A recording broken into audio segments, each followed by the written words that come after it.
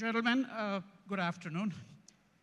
I want to start by saying that I feel especially privileged to engage Professor Mamdani in conversation, not only because he is a scholar of great distinction and a very fine thinker, but also because, if I may say so, and I think that there may well be some of you here who might not agree with my observation, but I think that in India, the vast majority of our conversations are only about India.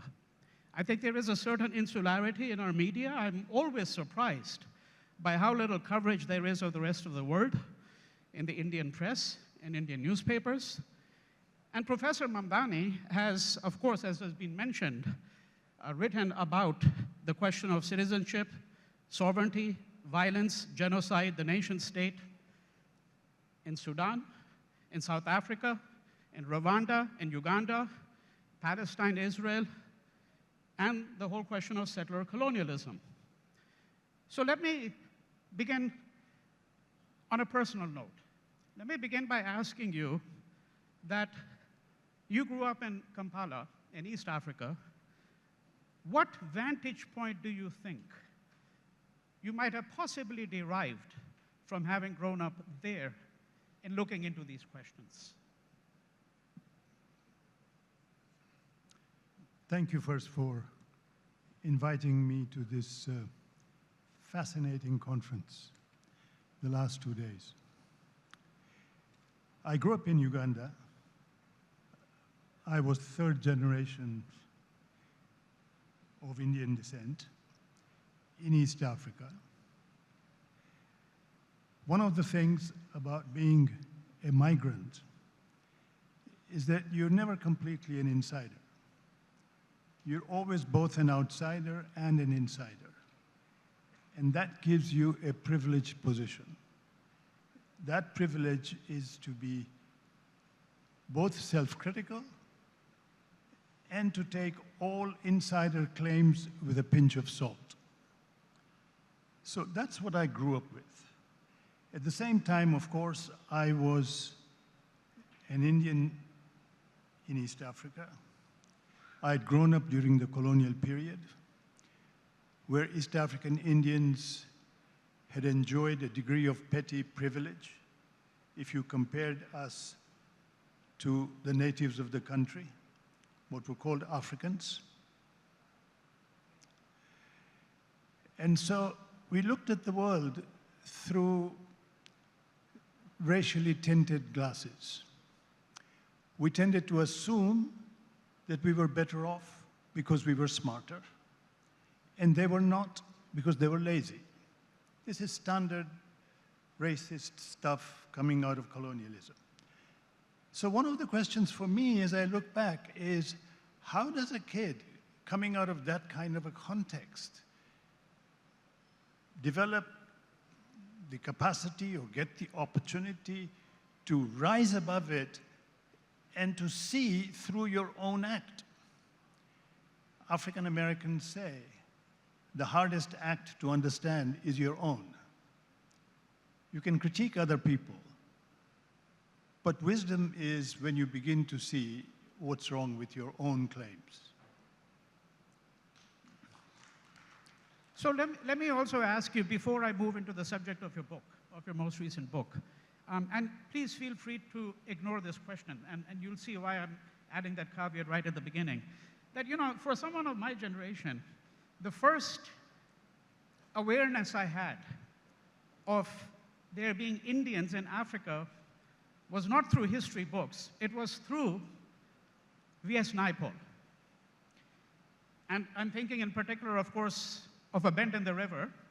Now, we all know that Naipaul has been derided, critiqued, many would say entirely justifiably, for a certain kind of racism.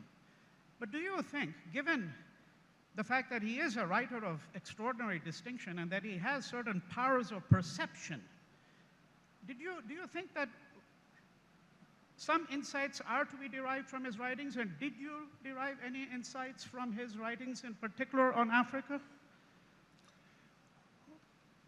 Of course, Naipaul is a writer who cannot be ignored. is a writer who has a very acute sense of the present. He can cut through it, but he doesn't have much of a historical sense.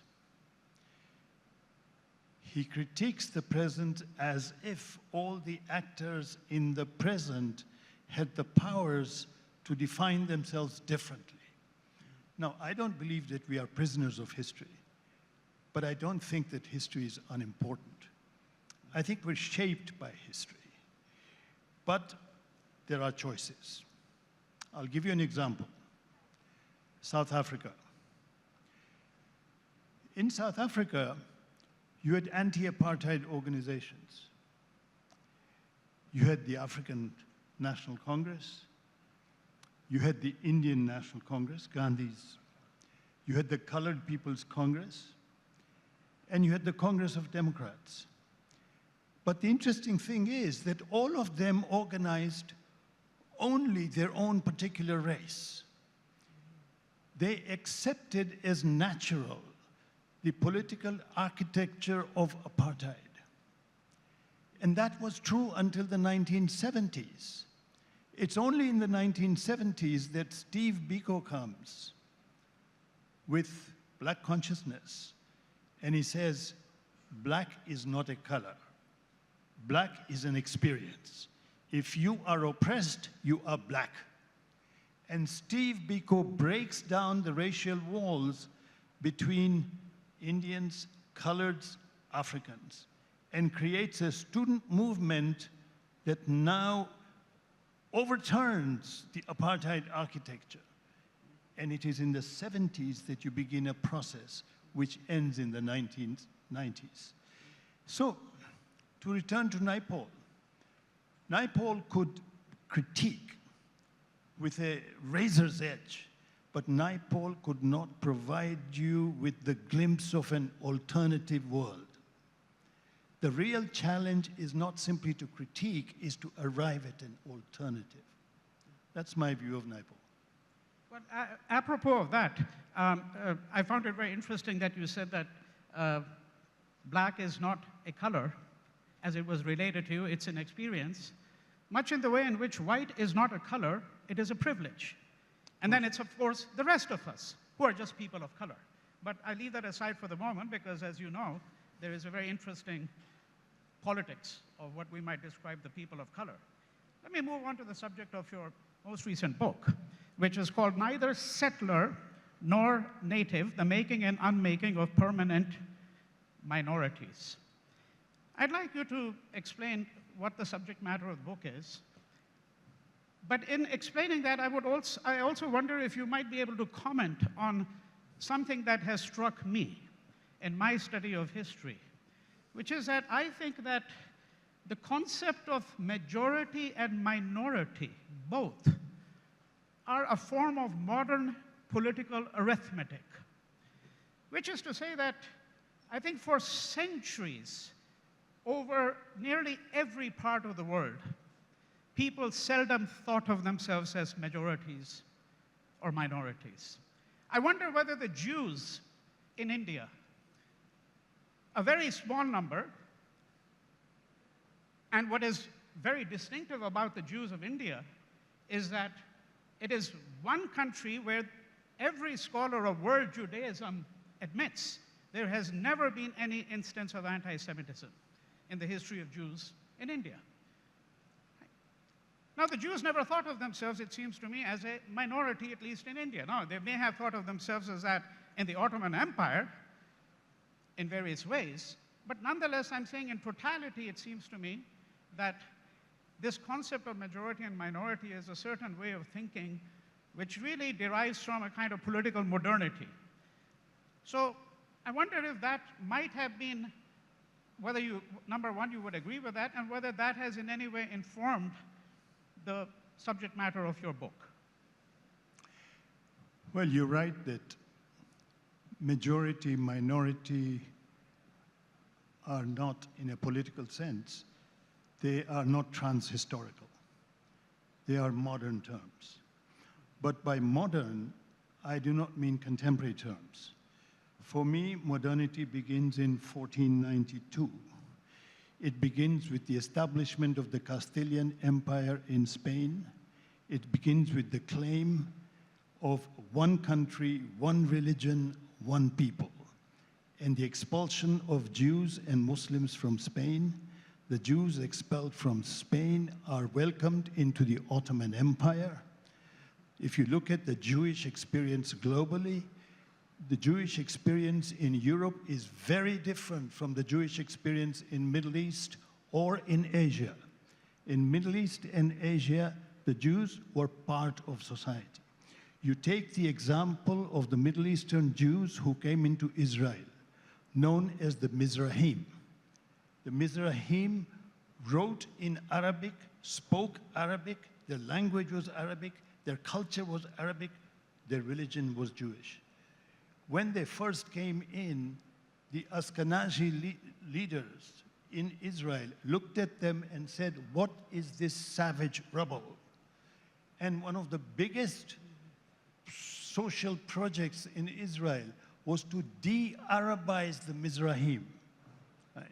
And the Mizrahim then took possession. They provided the muscle for religious Zionism and the religious Zionist parties which have today taken over Israel. And for the Mizrahim, there were two enemies, Palestinians, but also the Ashkenazi, the European Jews. And that's the fight you are seeing in Israel today. Israel has had a problem it has not been able to solve, which is, who is a Jew? How do you define a Jew? There are still today two definitions of Jew in Israel. One is a broader definition, which is contained in the law of return. The other is an extremely narrow definition in religious law, because personal law, if you are a Jew, your personal law will be Jewish. In halakha law, the Jew is defined very differently from how it is defined by the state. Now, the problem is this, that if Israel is to be a Jewish state, it has had to homogenize the Jews and destroy the diversity of the Jewish experience globally. That is the crisis you are seeing in Israel today. What you say reminds me of an extraordinary anecdote that I read in a book written by a colleague of yours at Columbia University, Mark Mazover, who wrote a book called Salonika.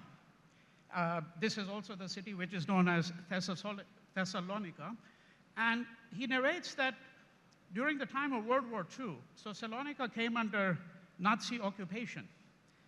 And when the Nazi commander arrived in Salonika, he asked, "Where is the ghetto?"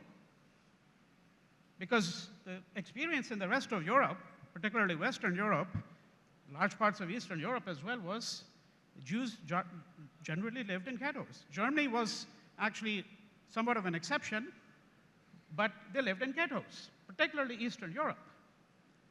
And he was told, there is no ghetto for the Jews here, because on the same street, you would find an Orthodox church, a Greek Orthodox church, a Syrian Orthodox church, a Protestant church, a mosque.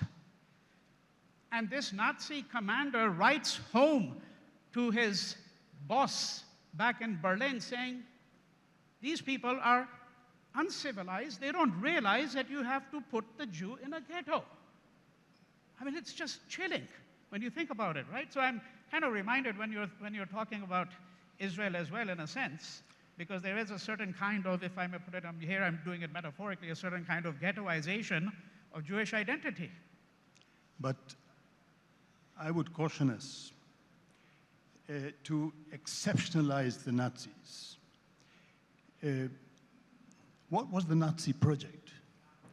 The Nazi project was to purify Germany, to rid Germany of all minorities. And the first minority were the Jews, but the Jews were not the only one. Not the only there were one. also others, right? Yes. When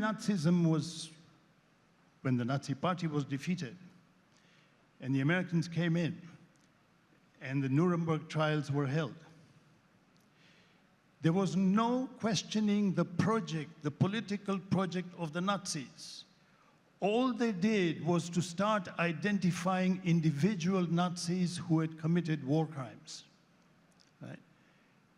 Tens of thousands of them, right? But never what was the political project.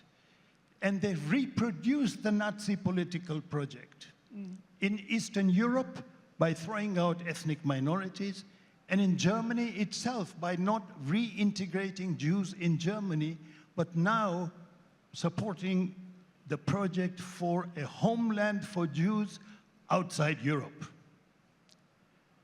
The Nazi project continues, in my view, right? But the Nazi project, in my view, is also global in this sense.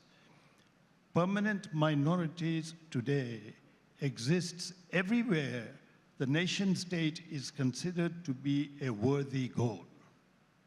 Yes. I'll give you an example from India. Although my book is not about India, but since the audience is Indian, I'll give you an example from India. The debate between Gandhi and Ambedkar in the 1930s in Pune.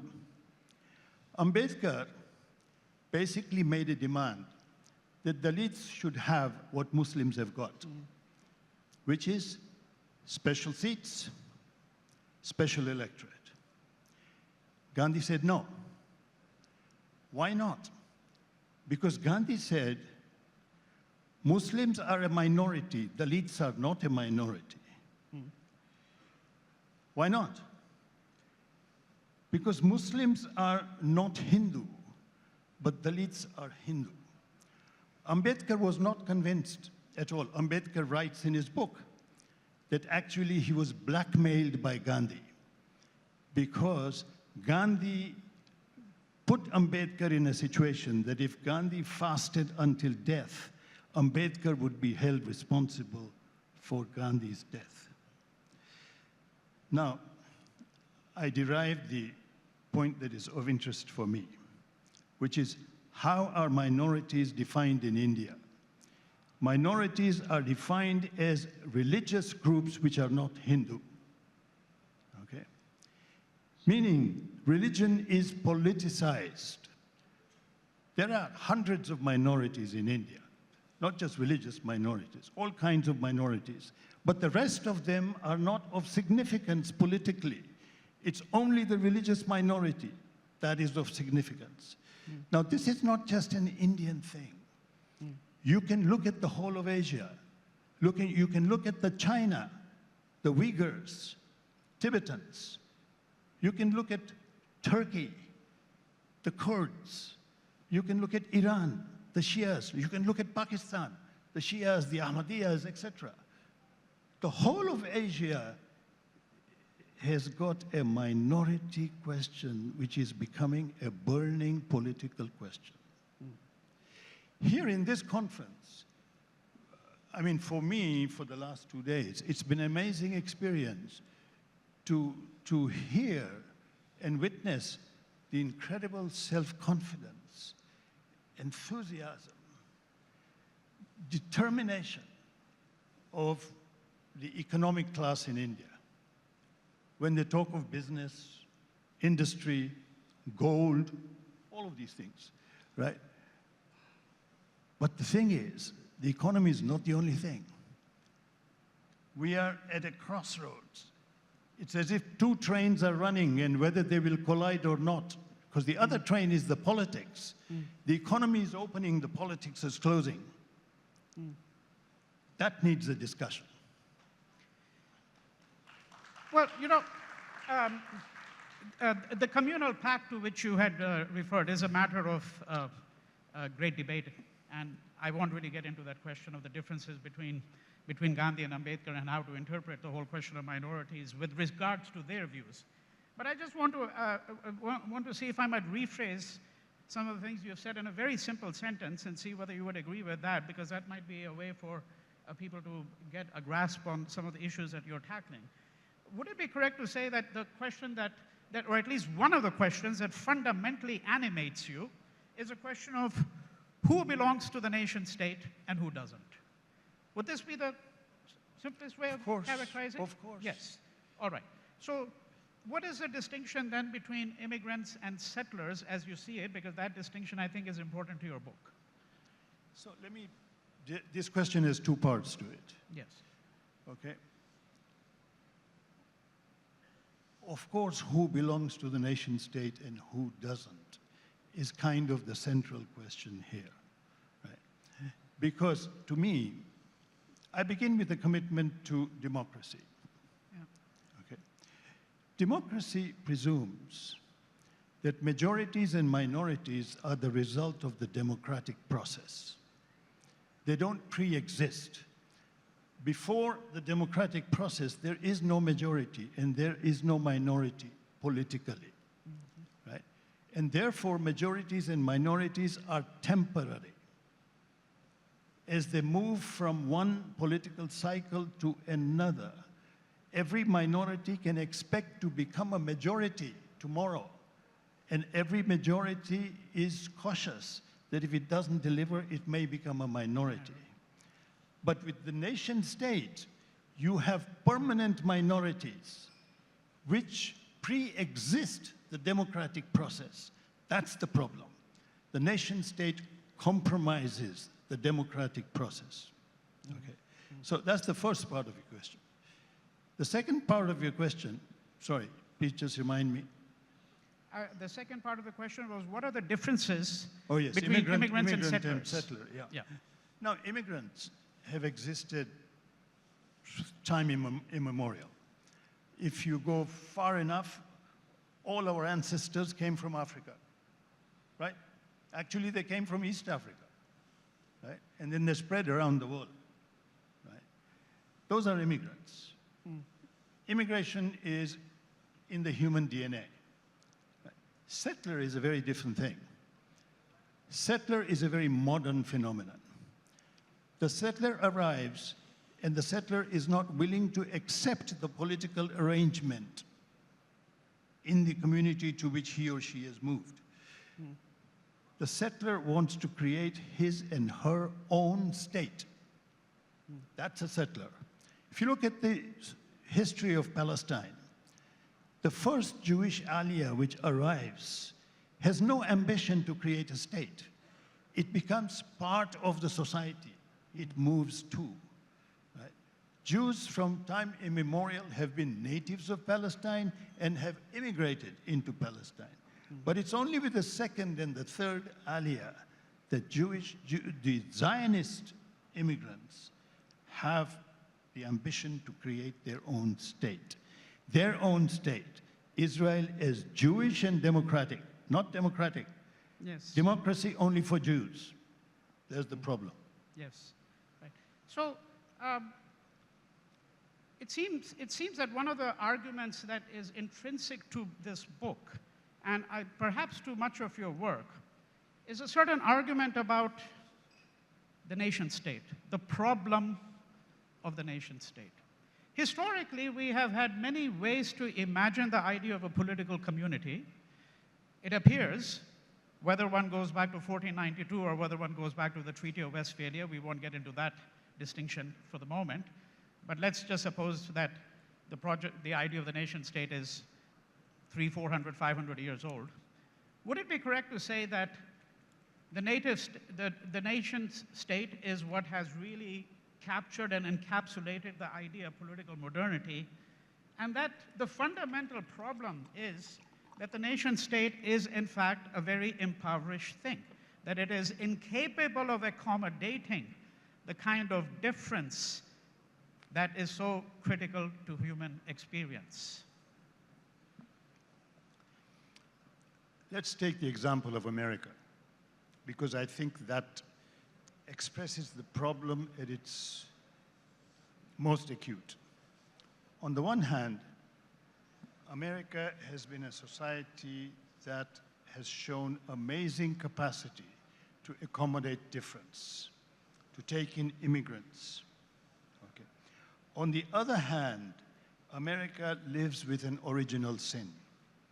The original sin is conquest in 1492, which is the conquest of the natives.